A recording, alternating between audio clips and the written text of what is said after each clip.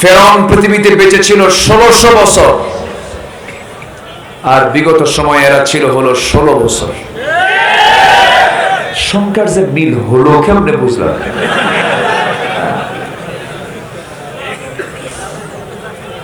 আমার কথা কি শোনা যায়? কারো কোনো সমস্যা নাই তো? বলি আলহামদুলিল্লাহ। মঞ্চ একটু নিচু হয়েছে, অনেকের মাথা লেগে যাচ্ছে, এই করে চেয়ে আছে, হচ্ছে না। এখন আর উপায় নাই। হ্যাঁ, যাই হোক, একটু কষ্ট করে সবাই শুনুন। ক্যামেরাগুলো একটু ডিস্টার্ব করছে। আচ্ছা, আপনি দেখছেন ধরুন লাখ মানুষ, হাজার হাজার মানুষ আমাকে দেখছেন, শুনছেন, কিন্তু এই ক্যামেরাগুলো প্রযুক্তির কল্যাণে আগামীকালকেই এরা অনলাইনে এটা আপলোড করবে, চলে যাবে কোটি কোটি মানুষের কাছে। তো সবই তো ঠিক, আবার ব্যাটিং করবেন। আপনি দু একজন দেখতে পাচ্ছেন না, তার জন্য তাদেরকে রেকর্ড করতে দিবেন না? তারা অনেক কষ্ট করে আসে, অনেক দূর থেকে, খেয়ে না খেয়ে, তাদের খোঁজ খবরটাও কে রাখে? তারা অনেক কষ্ট করে এসেছেন, আমরা তাদেরকে কোনো ডিস্টার্ব না করি। আল্লাহ তাদেরকেও দ্বীনের খেদমতের আঞ্জাম দেওয়ার তৌফিক আল্লাহ পাক দান করুন। জোরে বলি আমিন। আসুন আমরা এখন মূল আলোচনার দিকে চলে যাই।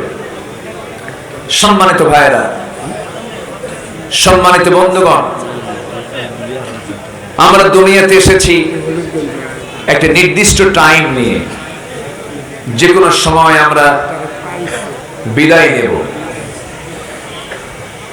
কেউ একটু আগে যাবে, কেউ একটু পরে চলে যাবে, কিন্তু যাওয়া যে নিশ্চিত দুনিয়া থেকে, এতে কোনো সন্দেহ আসতে হবে না। সন্দেহ, জীবন আছে যার, মরণ আছে তার। মরতেই হবে। পালাবেন কোথায়? দিল্লি গিয়ে তো লাভ নাই, রাশিয়া গিয়ে লাভ নাই, আমেরিকা গিয়ে লাভ নাই। মরতেই হবে, মরে যেতেই হবে। এই বিশ্বাস যদি কারো যদি ষোলনা থাকে যে আমার আল্লাহর কাছে সকল কর্মের জবাব দিতে হবে, ওই ব্যক্তির দ্বারা কখনো জুলুম হতে পারে না। ঠিক কিনা? মানুষ ভালো হবে মানুষের ভয়ে, প্রশাসনের ভয়ে না, আল্লাহর ভয়ে। আল্লাহর ভয়ে। জাতিকে দেখাতে হবে কার ভয়? আল্লাহর ভয়। কি গেল? ও আচ্ছা, একটু কম করেন, মানুষের মনোযোগিতা একটু আঘাত হানে। দু তিনটা শট মিলিত হয়ে যায়। দুটা বাচ্চা হারানো গিয়েছে, মা কি করে? হ্যাঁ, বাচ্চা হারে মা কি করে? হ্যাঁ, ও পাওয়া গেছে। ও দুটা বাচ্চা, মানে হারানো বাচ্চা স্টেজে আছে। যদি কারো বাচ্চা হয় নিয়ে যান। এই তো, তাই না? এখানে আছে, তারা জমা আছে, এখানে জমা আছে প্রমাণ সহ। সন্তান যদি আব্বা কয় তাহলে যাবে। আচ্ছা, পাওয়া গেছে তো? জি। আরেকটা আছে, তা আমি কি এগুলি করবো নাকি? আচ্ছা, আসবে ইনশাআল্লাহ, সব ফেরত পাবে। সম্মানিত ভাইয়েরা, আসুন তাহলে আমি আপনি কেউ থাকবো না, সব একদিন এই দুনিয়া থেকে ট্রান্সফার হয়ে আমরা আখিরাতের জিন্দেগিতে পদার্পণ করব। ফিরে যাব কার সামনে? আসতে বলবেন না, কার সামনে? আল্লাহর সামনে হাজির না হইয়া কেউ কি থাকতে পারবে? সব হাজির হবে। সূরা হাসর নামে একটা সূরাই আছে, আছে না? এটা সূরার নামই হলো সূরাতুল হাসর। আল্লাহ একত্রিত করবেন সবাইকে এবং বলবেন লিমানিল মুলকুল ইয়াউম, আজকের দিনে রাজত্ব কার? আসতে বলবেন না কার?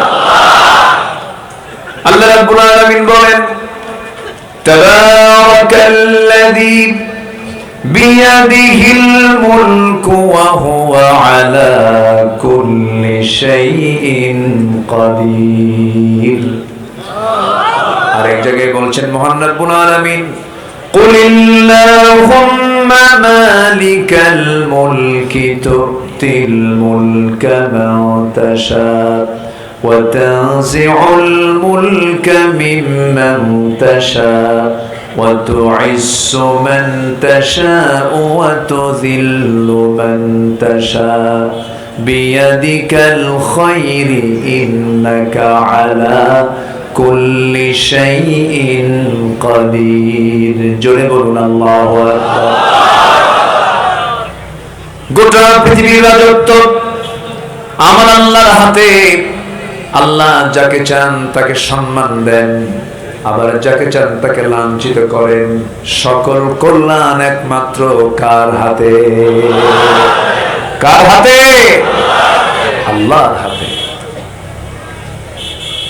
আল্লাহ যাকে ধরেন ছাড়েন না, আর আল্লাহ যাকে ছেড়ে দেন তাকে কেউ ধরতে পারে না। সম্মানিত ভাইরা, কি পাওয়ার, কি অহংকার! শুধু বলেছে রাজাকারের নাতিরা চাকরি নেবে। কথার মধ্যে অহংকার আছে না নাই? আমার দেশ শুধু এক শ্রেণীর নয়, আমার দেশে সব শ্রেণীর বসবাস থাকতে হবে, ঠিক কিনা? হিন্দু, মুসলিম, সকল জাতি, ধর্ম, বর্ণ নির্বিশেষে সবার জন্যই এই দেশ বাংলাদেশ, ঠিক কিনা? 53 বছর পরে এরকম করে অহংকার সূচক কথা জাতি মানে নাই, জাতি মেনে নেয় নাই। তাদের মুখে এই সমস্ত কথাগুলো মানায় না দেশপ্রেমে। যারা ক্ষমতাচ্যুত হওয়ার সময় দেশে ঋণ রেখেছিল 18 লক্ষ কোটি টাকা এবং নিজেরাই পাচার করেছে 11 লক্ষ কোটি টাকা। পুকুর চুরি নয়, এই যেন সাগর চুরি।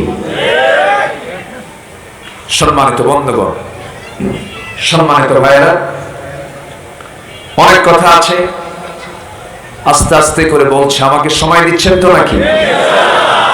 একটু উঠতে দেরি করে ফেলছেন আপনারা, উঠাতে একটু আগে ভাগে উঠালে খুব ভালো হতো। মাহফিলের মূল প্রাণ হচ্ছে 9টা থেকে 11টা, বড় জোর। এটা হচ্ছে যৌবন টাইম মাহফিলের। সেই যৌবনকাল পার করে আমি উঠছি বুড়াকাল,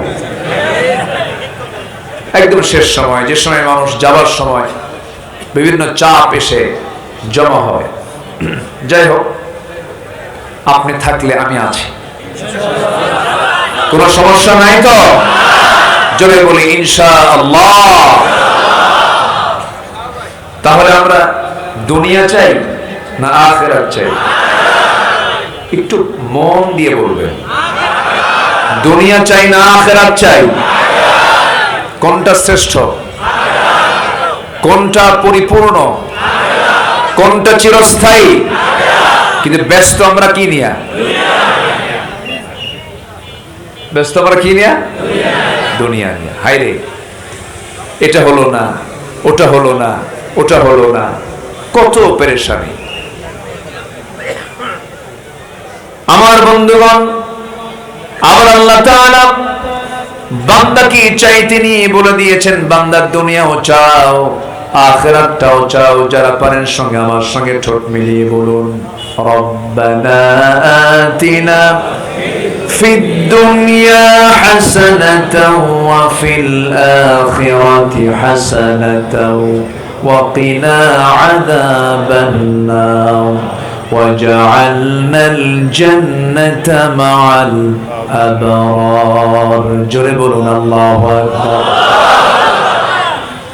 আল্লাহ তাআলা, তুমি আমাকে দুনিয়ার হাসানা দিয়ে দাও আখিরাতের হাসানাও দিয়ে দাও, দুনিয়াটা সুন্দর করে দাও, আখিরাতটাও সুন্দর করে দাও। দুনিয়াতে যার জীবনটা ইবাদত দিয়ে সুন্দর হয়ে যাবে, দুনিয়ার জীবনটা যার নামাজ দিয়ে সুন্দর হবে, যাকাত দিয়ে সুন্দর হবে, আল্লাহর পথে দান দিয়ে সুন্দর হবে, রোজা দিয়ে সুন্দর হবে, পর্দা দিয়ে সুন্দর হবে, হালাল রুটি রুজি দিয়ে যার জীবনটা সুন্দর হবে, এই দুনিয়ার সুন্দর যার হয়ে যাবে, হাসানা যার হয়ে যাবে, আখিরাতও তার জন্য সুন্দর হয়ে যাবে। তাহলে দুনিয়াটা সাজাবো আমরা অন ইসলাম দিয়ে না ইসলাম দিয়ে? অন ইসলাম না ইসলাম? আমার দেশে বসবাস করে ইসলামের বিরুদ্ধে কথা বলে, আর যারা ইসলামের বিরুদ্ধে কথা বলেছে তারা এই 16 বছর আমাদের তালিকা করেছে। এখন সময় এসেছে আমাদের তালিকা তৈরি করা। আমি জাহাঙ্গীরনগর ইউনিভার্সিটির সামনে দিয়ে আসতে নিয়ে মনে হলো আমার সেই ইতিহাস, ঘৃণ্য একটা ইতিহাসের কথা। মানিক সাংবাদিকদের ডাক দিয়ে প্রকাশ্যে দিবালোকে 100 নারীকে ধর্ষণ করার পর সেঞ্চুরি উদযাপন করবে, সাংবাদিক সম্মেলন করে সবাইকে জানান দিয়ে সেখানে আবার মিষ্টি বিতরণ করেছে। একটি শিক্ষাঙ্গনকে কলঙ্কিত করেছে যে মানিক, তার কোনো বিচার কিন্তু বাংলার জমিনে হয় নাই। এরকম বহু জঘন্য রেকর্ড এই জমিনে আছে না নাই? আসতে বলবেন না, আছে না নাই? আছে। আরেকজন মানিক, শামসুদ্দিন মানিক, ও বিচারপতি। কি বিচারপতি? এটা আমার নামে, এই মানিক আমার নামেও লিস্ট করেছিল। 116 জন আলেমের তালিকা করেছিল, এর মধ্যে আমার নামটা যে সে খুঁজে পাইল কেমনে যায় না, যাই হোক আমার নামটাও দিয়েছিল। ফলাফল কি হলো? ফলাফল হলো সে ত্রিপুরা হয়ে দিল্লি যাবে, কিন্তু সিলেটবাসী তাকে একটু আপ্যায়ন করে দিল। মেহমানদারি খুব ভালো হয়েছে, মাইক তো খাইছে, বিসি শুদ্ধ আউট হয়েছে। এই লোকটার মুখে আমি হাসি দেখিনি কোনোদিন, হাসে না। যারা হাসে না তাদের বউরা যে থাকে কেমন আমি বুঝি না। যে মহিলার স্বামী হাসে না, আমার তো মনে হয় সে মনে মনে কয় এটা মরবে কোনদিন। সম্মানিত ভাইয়েরা, ওরা করেছে আমাদের তালিকা, আমরা করব এখন ওদের তালিকা। ওই সমস্ত কুলাঙ্গার যারা এই সমস্ত রেকর্ড করেছে, আমার মা বোনের ইজ্জত নিয়ে তারা সিনেমিনে খেলেছে, তাদের কাছে ইউনিভার্সিটির ক্যাম্পাস নিরাপদ ছিল না। ঢাকা ইউনিভার্সিটির মহিলা ক্যাম্পাসগুলো, মহিলা আবাসিক হোটেলগুলো ছিল ওদের কাছে সবচাইতে অনিরাপদ। এই ঘৃণ্য রেকর্ড যারা করেছে, ধর্ষণের সেঞ্চুরি যারা করেছে, ওদেরকে প্রকাশ্যে ধরে ঝুলায়া মেরে ওদের রক্ত মাংস হাড় হাড্ডি কুত্তা বিলাই দিয়ে খাওয়ানো দরকার ছিল। রাজি আছেন কারা কারা? হাত উঁচু করে দেখা।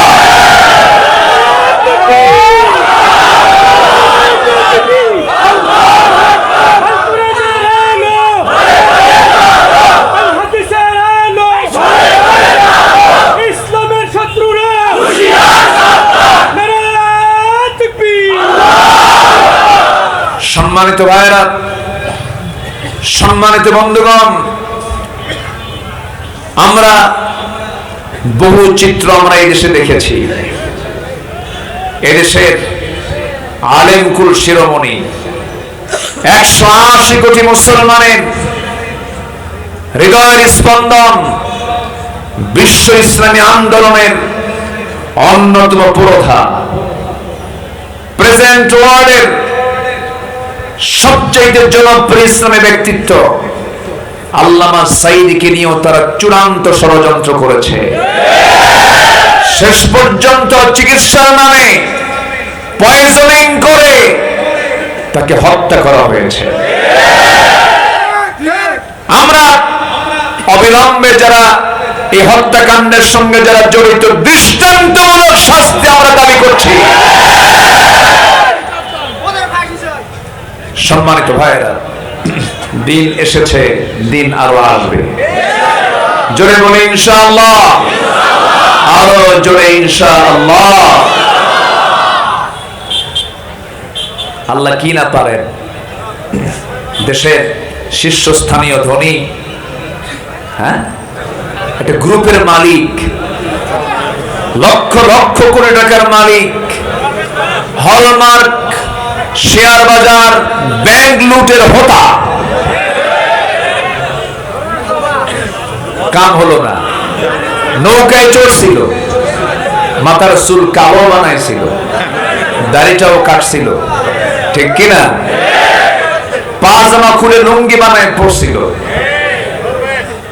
পাঞ্জাবি খুলে গেঞ্জি পরে তরকারি সবজি বিক্রেতা সেজেছিল, কাম হয়নি। নৌকায় চড়েছে, সাথে ছিল আরেকজন আইনমন্ত্রী, তাকে দেখে চিনে ফেলে কোস্ট গার্ড বলল, স্যার চলুন। আমি একা যাবো কেন? আমি তো জামাতের সাথে আসছি। কিসের সাথে? আমি একা আসিনি, সাথে আরেকজন আছে। কই? আমরা তো দেখছি না, কেউ তোমরা চিনবে না তো। ওই যে ওটাই দরবেশ।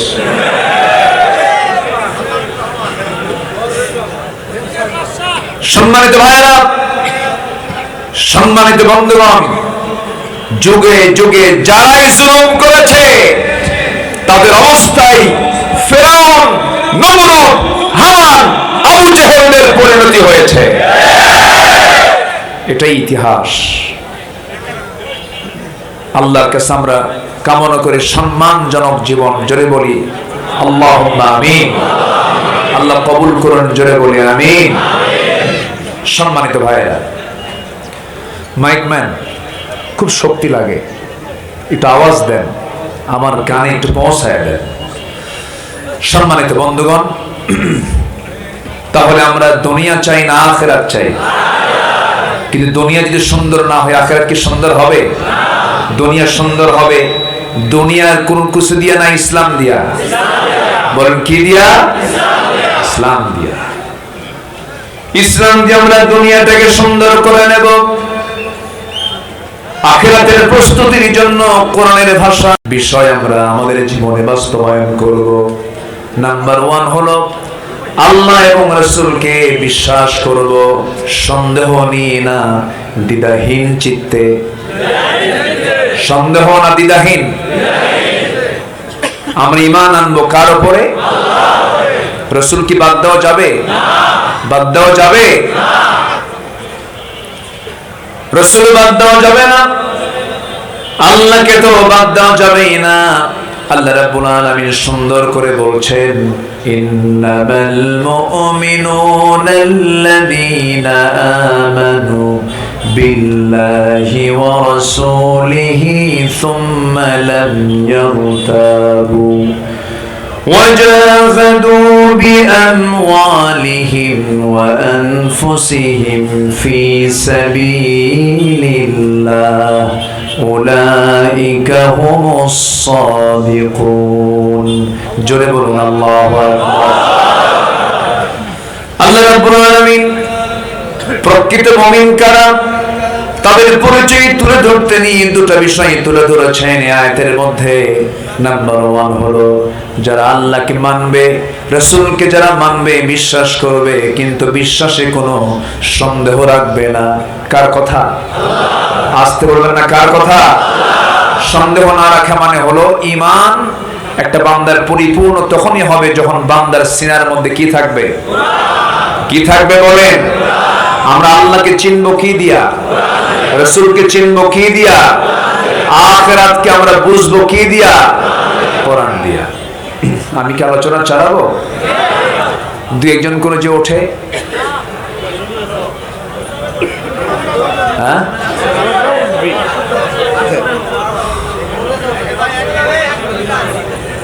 না, একটু বসেন, একটু খেলাফ হয়, কত সময় কত দিকে চলে যায়। যদি কোনো বান্দা জানতো যে এই জায়গার বরকতটা কি, এই জায়গার বরকতটা এখন এত পরিমাণ বরকত, ফেরেশতারা, অসংখ্য ফেরেশতারা আল্লাহকে বলছেন, আল্লাহ এই সমস্ত বান্দার গুনাহগুলো মাফ করে দাও। চতুর্দিকে ফেরেশতারা দাঁড়ায় গেছে। আমার আপনার আমল থেকে আল্লাহ তাআলা গুনাহ মাফ করে নিতে চান। এজন্য এই বরকতময় জায়গা থেকে আল্লাহ যেন কাউকে বিনা কারণে না উঠিয়ে নিয়ে যান। জোরে বলে আমিন। আরো জোরে আমিন। আরো জোরে আমিন। তাহলে আখিরাতের প্রস্তুতি নেওয়ার জন্য 15টা কাজ আজকে আমরা শিখে যাব। নাম্বার 1, আমরা ঈমান আনবো সন্দেহ নিয়ে, না সন্দেহ মুক্ত? ঈমান আমরা আনবো। রাজি আছেন তো? সবাই নামাজ পড়ি তো নাকি? মানে পড়বেন ইনশাআল্লাহ বললেন যে সবাই নামাজ পড়ি তো? বলি আলহামদুলিল্লাহ। জোরে বলি আলহামদুলিল্লাহ।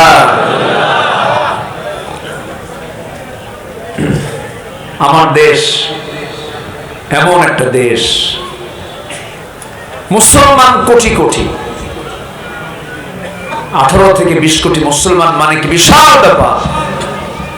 কিন্তু মুসলমান মাত্র নামাজ পড়ে 5%। কত পার্সেন্ট? 5%। তাহলে আমার দেশে কি নেতৃত্ব আমরা দেখলাম, কতজন ক্ষমতায় গেল আর আসলো, নামাজের কাজ কেউ করে নাই। নামাজের দিকে জাতিকে আহ্বান করার এই দায়িত্ব ম্যাক্সিমাম নেতাদের ভিতরে ছিল না। থাকবেই বা কেমনে? তারা নিজেরাই তো নামাজ পড়ে না। যে দলের ভিতরে নামাজের কর্মসূচি নাই, যে দলের নেতাগুলো নিজেরাই নামাজ পড়ে না, দলীয় জনসভায় গিয়ে জোহর যায়, আসর যায়, মাগরিব যায়, জনসভা চলে, নামাজ চলে না। যুবক রাজ্যে নেতা তোমার হাতে মদের বোতল তুলে দেয়, অস্ত্র হাতে তুলে দেয়, জিনার জন্য নারী তুলে দেয়। সব দেখেছি আমরা, আর দেখতে চাই না। ওই সমস্ত নেতৃত্বের মুখে আমরা জুতা মারি, থুতু মারি। কারণ আমার আখিরাতকে অবশ্যই ঠিক রাখার দরকার। সবার পরে না, সবার আগে। নামাজ পড়তে রাজি আছেন তো? একা না জামাতে? বুঝে না না বুঝে? জেনে না না জেনে? জেনে বুঝে সময় মতো নামাজ পড়তে হবে। ওই লোকের মতো পড়লে হবে না, না বুঝে পড়লে হবে না। এক লোকের বাড়ি হলো মসজিদের সাথে, ওই মসজিদের সাথে আবার আরেক হিন্দুর বাড়ি। হিন্দু লোকটা প্রত্যেক দিন মসজিদের সামনে দিয়ে যায়, ইমাম সাহেব রুকু থেকে দাঁড়ানোর সময় বলে সামিআল্লাহু লিমান হামিদা। হিন্দু লোকের চিন্তা হলো, প্রত্যেকটা দিন আমি ইমাম সাহেবের মুখ থেকে একটা মহিলার নামে শুধু দোয়া শুনি, এক মহিলার নামে দোয়া করে, আর কি মহিলা নাই? তার ভিতরে একটা সন্দেহ জাগলো। তেই হামিদা মেয়েটা কার মেয়ে? তো কাকে বলবে? তারই প্রতিবেশী ডাক দিয়ে বলল, ভাই তোমাদের ইমামের হলোটা কি? প্রত্যেকটা দিন শুধু এক মহিলার নামে দোয়া করে, হামিদা হামিদা হামিদা। হামিদা মেয়েটা কার মেয়ে? এখন এই মুসলিম বলতেছে, ভাই আমি তোমার প্রতিবেশী। দাদা বাবু, আমি 25 বছর যাবত মসজিদে প্রথম কাতারে বা জামাতের সাথে নামাজ পড়ি, আজ পর্যন্ত আমিও ঠিক মতো জানি না আসলে হামিদা মেয়েটা কার মেয়ে। কথা কি বুঝতেছেন আপনারা? তাহলে ওই হিন্দুর চিন্তা আর এই মুসল্লির চিন্তার মধ্যে কোনো তফাৎ আছে? আসতে বলবে না তফাৎ আছে? আজকে যদি নামাজিরা যদি নামাজের হক আদায় করত, কোন নামাজির দ্বারা সুদের কারবার হতো না, কোন নামাজি বেপরদায় থাকতো না, কোন নামাজি মদের আসরে বসতো না। কিন্তু এরকম বহু নামাজি আছে না নাই? আসতে বলবেন না, আছে না নাই? মানে তারা নামাজি বোঝে না। আমার বন্ধুগণ, অনেক লোকের মনে চিন্তা এটাই, কালেমা পড়েছি জান্নাত পেয়ে যাব। না না, জান্নাত এত সস্তা নয়। আল্লাহ রাব্বুল আলামিন বলছেন, আহাসিবান নাসু আন ইউতরাকু আন ইয়াকুলু আমান্না ওয়া হুম লা ইফতানুন। মানুষের ধারণা ঈমান এনেছি এতটুকু কথা বললেই আমি তাকে ছেড়ে দেব। না না, আমি তাকে অবশ্যই পরীক্ষা করব। ইতিপূর্বে যত আল্লাহর পছন্দের বান্দাগুলো গত হয়েছেন তাদেরকে পরীক্ষা করেছেন তিনি কে? পরীক্ষা ছাড়া আপনি ঈমান কেমনে যাচাই বাছাই করবেন? আশাদ্দুন নাসি বালাউল আম্বিয়া সুম্মাল আমসাল ফাল আমসাল। এই পৃথিবীতে সবচেয়ে বেশি ঈমানের পরীক্ষা দিয়েছেন হলো আম্বিয়া কেরাম। তাদের পরীক্ষা ছিল সবচেয়ে কম না সবচেয়ে বেশি? বেশি। জাকারিয়া আলাইহিস সালাতু ওয়াস সালামকে করাত দিয়ে চিরে দুটুকরা করে শহীদ করা হয়েছে। ইয়াহইয়া আলাইহিস সালাতু ওয়াস সালামকে জবাই করে নবীর মাথা রানীর সামনে উপহার দেওয়া হয়েছে। খোদ আমার রাসূলকে কত মার খেতে হয়েছে। মক্কার মানুষ রাসূলকে মেরে রক্তাক্ত অবস্থায় ফেলে রেখেছে। তায়েফের মানুষ রাসূলকে নাম চিনতে পেরে বুঝতে পেরে চোকা চোকা পাথর মেরেছে। এক একটা আঘাতে ক্ষত বিক্ষত হয়ে গেছে আমার নবীজির দেহে, রক্ত ফিনকে দিয়ে পড়েছে। মাথার রক্তগুলো গড়ে গড়ে পায়ের তলার কাছে এসে জুতার তলার পায়ের তলার জমাট বেঁধে গেছে। নবীজি বেহুশ হয়ে পড়ে থেকেছেন, বেহুশ হয়ে পড়ে থেকেছেন। নবীর পাশে কেউ নাই, কিন্তু ছিলেন তিনি কে? আসতে বললেন তিনি কে? আল্লাহ। মার খেলেন 13 বছর তিনি মদিনায় মক্কায় মার খেলেন, মার খেতেই থাকলেন। তায়েফ থেকে ফিরে আসলেন, সাইয়েদনা আবু বকরকে মারা হলো রক্তাক্ত অবস্থায়। অথবা শাইবা মুগীরা হারামের সামনে, কাবার দরজার সামনে থেকে ফেলে রাখলো মৃত ভেবে। কিভাবে? মৃত ভেবে মরে গেছে আবু বকর। কিছুক্ষণ পর তার হুঁশটা ফিরল। হুঁশটা ফিরে একটু দাঁড়িয়ে মনে মনে চিন্তা করছেন, আমাকে যেমন করে তারা মেরেছে, না জানি তারা রাসূলকে মেরে ফেলবে।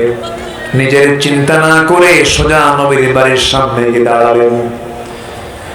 দরজার সামনে দাঁড়ায়া রাসূলকে লক্ষ্য করে ডাক দিয়ে বলছেন, হুজুর আপনি কোথায়? দরজা খোলা মাত্র নবীর চোখে আবু বকরের চোখ যখন পড়ে গেল, নবীজি কেঁদে ফেলে বলছেন, আবু বকর তোমার শরীর থেকে রক্তগুলো ঝরছে কেন? কি হয়েছে? বলছেন, ইয়া রাসূলুল্লাহ সিজদা দিতে গিয়েছি, কাফের মুশরিকরা আমাকে ধরে রক্তাক্ত করে দিয়েছে, নাকটা বোচা করে দিয়েছে। খরঞ্জিত পায়ে ওই অভ্যাসাইবা সাইয়েদনা আবু বকরের নাকের উপরে চাপা দিয়ে রক্তাক্ত করে ফেলেছে। আমার রাসূল বলছেন, আবু বকর যে পরিমাণ রক্ত ঝরছে তুমি তো আর বাঁচবে না, মরে যাবে। তিনি বলছেন, ইয়া রাসূলুল্লাহ আপনার ঘরের মধ্যে থাকার কোনো সুযোগ নাই, আপনাকে মেরে ফেলবে তারা। আমরা দুজন মিলে মক্কার বাইরে চলে যাই। মক্কার পরিবেশ ভালো না, যে কোনো মুহূর্তে তারা হামলা করতে পারে, আপনাকে মেরেও ফেলতে পারে। রাসূলকে নিরাপদ না মনে করে সাইয়েদনা আবু বকরের ওই রক্তাক্ত দেহ নিয়ে রাসূলকে সঙ্গে করে নিয়ে তারা মক্কার বাইরের দিকে চলে গেলেন। প্রচন্ড ক্ষুধার্ত রাসূল, প্রচন্ড ক্ষুধার্ত হচ্ছেন আবু বকর। আমার নবীজি মেষপাল খুঁজলেন, উটের পাল খুঁজলেন, কোনো পাল পেলেন না, ছোট্ট একটা ছাগলের পাল দেখতে পেলেন। ছাগল পালের সামনে গিয়ে দাঁড়ালেন। ছাগলের রাখালকে ডাক দিয়ে বলছেন, রাখাল রে, একটা ছাগি দেবে নাকি? ছাগিটার দুধ দহন করে দুধটা আমি আমার বন্ধুকে পান করাবো। যে পরিমাণ রক্ত ঝরেছে আমার বন্ধু মারা যাবে, দেখো তো দয়া করে আমাকে একটা ছাগি দেওয়া যায় নাকি? রাখাল বলছে, আপনি কি? আমি আপনাকে চিনি না, ছাগলগুলোর মালিক তো আমি নই। আমি যদি আপনাকে ছাগি যদি দহনের যদি আপনাকে অনুমতি দিয়ে দেই, মালিকের সম্পদের খেয়ানত হয়ে যাবে আমার, আমি পারবো না। আমার নবীজি মুস্কি মুস্কি হাসি মেরে মনে মনে চিন্তা করছেন, আহারে এই মরু অঞ্চলের মরু ছাগলের রাখালের ঈমান নাই, কিন্তু ঈমানের যে গুণটা সেই গুণটা আছে। খুব খুশি হয়ে গেলেন। এবার নবীজি বলছেন, রাখাল বড় কোনো ছাগি আমাকে দিতে হবে না, ছোট্ট একটা ছাগি দাও তো। সেই ছাগিটা আমার দারুণ প্রয়োজন, আমাকে ছোট্ট ছাগি দিলেই হবে। রাখাল মনে মনে চিন্তা করে আর মনে মনে ভাবে, লোকটা পাগল নাকি, ছোট্ট ছাগি দিয়ে কি করবে সে?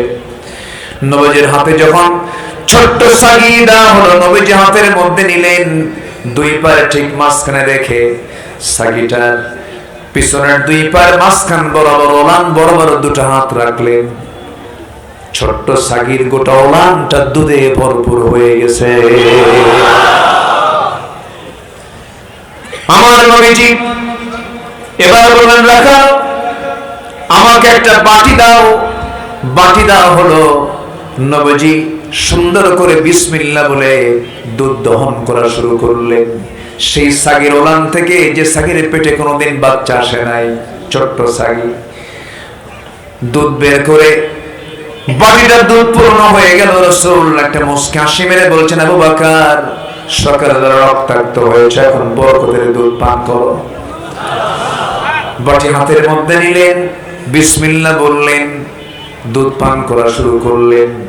এত পরিমাণ সেই দিন সাইয়েদনা আবু বকর দুধ পান করলেন যে খেতে খেতে পেটের চামড়া টাইট হয়ে গেছে।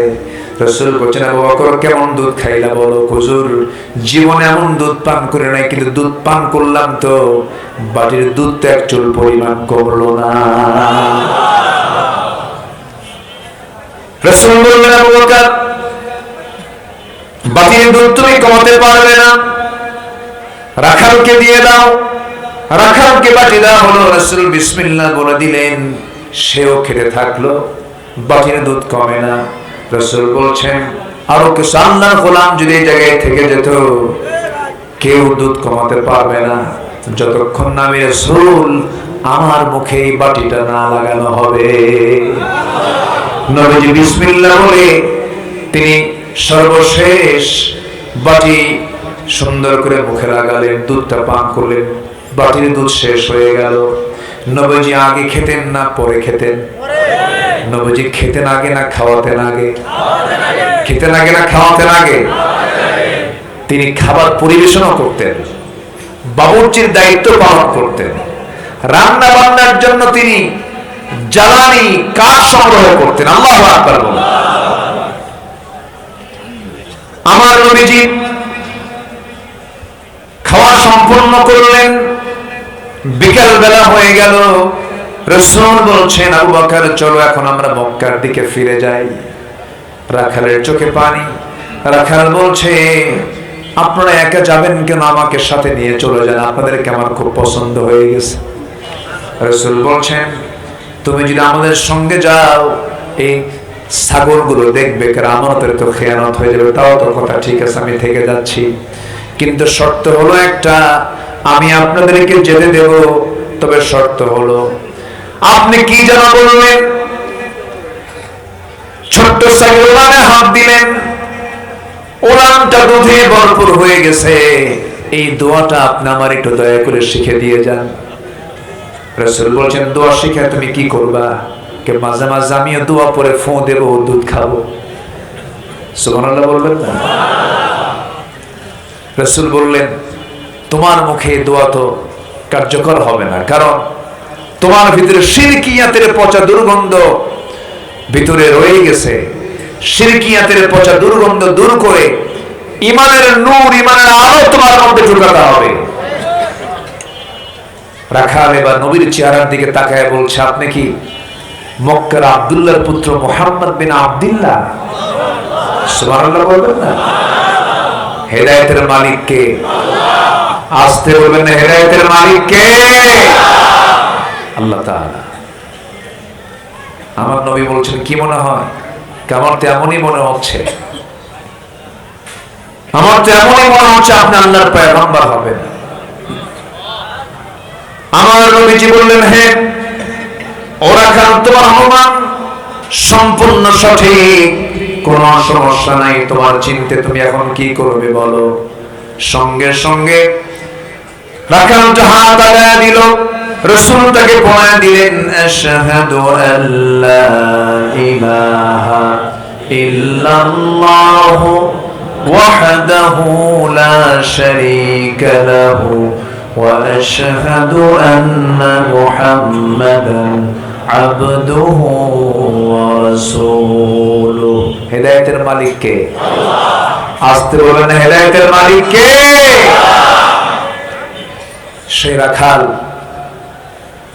সেই রাখালটার নামই হলো আব্দুল্লাহ ইবনে মাসউদ রাদিয়াল্লাহু তাআলা আনহু। জোরে বলি আল্লাহু আকবার। যার হাতে আবু জেহেলের জীবন চলে গেছে, যে আব্দুল্লাহ ইবনে মাসউদ ছিলেন আমার নবীর সবচেয়ে প্রিয় সাহাবী, যার তেলাওয়াতে রাসূল মুগ্ধ হয়ে বলেছিলেন, আমরা আব্দুল্লাহর তেলাওয়াত যখন আমি শুনলাম মনে হলো জিবরাইল ওহী নাযিল করতেছে। সম্মানিত ভাইয়েরা, রক্ত যদি আমার নবীর দেহ থেকে ঝরাতে হয়, রক্ত যদি সাহাবায়ে কেরামদের দেহ থেকে ঝরাতে হয়, দিন কায়েমের জন্য আমার দেশে আল্লাহর জমিনে দ্বীনকে প্রতিষ্ঠার জন্য যদি রক্ত ঝরানোর প্রয়োজন হয়, সবাইকে দিতে রাজি আছেন? সবাইকে দিতে রাজি আছেন? রাজি আছেন কারা কারা? হাত উঁচু করে দেখান মুসলমান।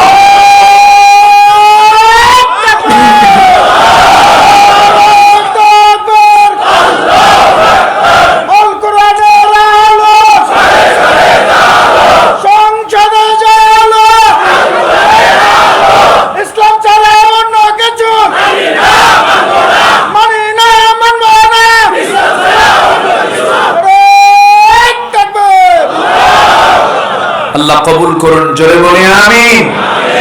আরো জোরে আমিন। আমরা ঈমান এনেছি কার উপরে? আসতে বলবেন না, কার উপরে? আল্লাহর উপরে। এরপর আল্লাহ বলছেন ওই আয়াতে, ওয়াজাহাদু বিআমওয়ালিহিম ওয়া আনফুসিহিম ফি সাবিলিল্লাহ, যারা জিহাদ করবে মাল দিয়ে এবং জান দিয়ে। আল্লাহকে জান বলেছেন না মাল বলেছেন? মাল। মালের মহব্বত থাকলে জান দেওয়া যাবে না।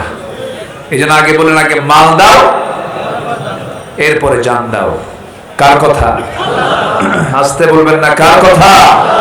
আল্লাহর কথা। আমার বন্ধুগণ, অনেকে নামাজ পড়বে, অনেকে রোজা রাখে, অনেকে দান সদকা করে, কিন্তু জিহাদকে তারা মানতে চায় না। আসতে বলবেন না, আছে না? বলে যে নবীর যুগে জিহাদ হয়ে গেছে, এখন আবার কিসের জিহাদ? আমার দেশে কার বিরুদ্ধে জিহাদ করবেন? সবই তো মুসলমান। এই জাতীয় কথা বলার কিছু লোক আছে না নাই বলেন তো? আচ্ছা, আমার দেশে বাতিলের মোকাবেলা করার জন্য বাতিল শক্তি আমার আপনার সামনে আছে না নাই? আসতে বলবেন না, আছে না নাই? লতিফ সিদ্দিকী কয়, আমি কখনো আমিন বলি না, আমার কোনো পাপই নাই। কইছে না? বলছে কিনা? বলে আমার কোনো পাপই নাই। হুজুররা শুধু আমিন কয়, আমি আমিন কই না।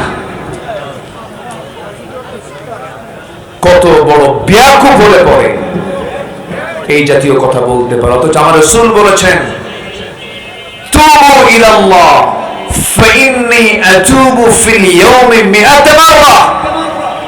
তোমরা আল্লাহর কাছে তওবা করো, আমি রাসূল সারা দিনে 100 বারেরও বেশি বার তওবা করি। আমার রাসূল তওবা করেন 100 বার। আর লতিফ সিদ্দিকীর আমি জীবনে আমিনই করি না।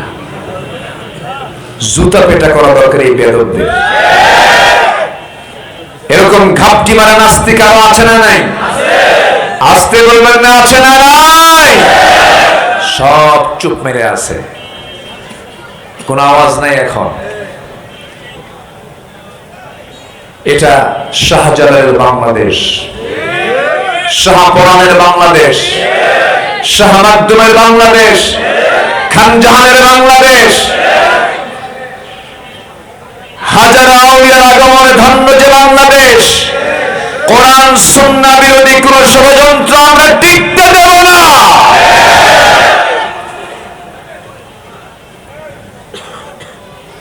অনেক ষড়যন্ত্র তারা করেছে, অনেক ষড়যন্ত্রের জাল তারা বিস্তার করেছে।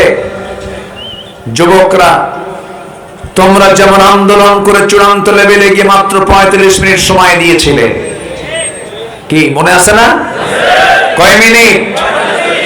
তোমাদের প্রয়োজন আবার জেগে উঠতে হবে। কোন নাস্তিক চক্র যেন কোন চক্রান্ত করতে না পারে,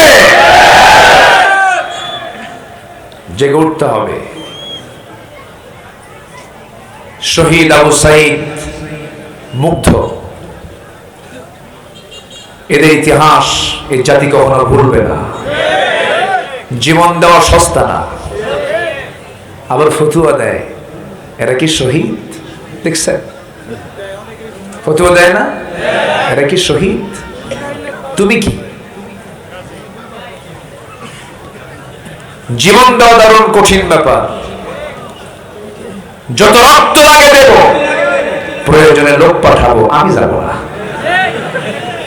আছে কি না? আসতে বলবেন না, আছে না নাই? কিন্তু আবু সাইদ কি তা বলেছে? শহীদ মুগ্ধ কি তা বলেছে?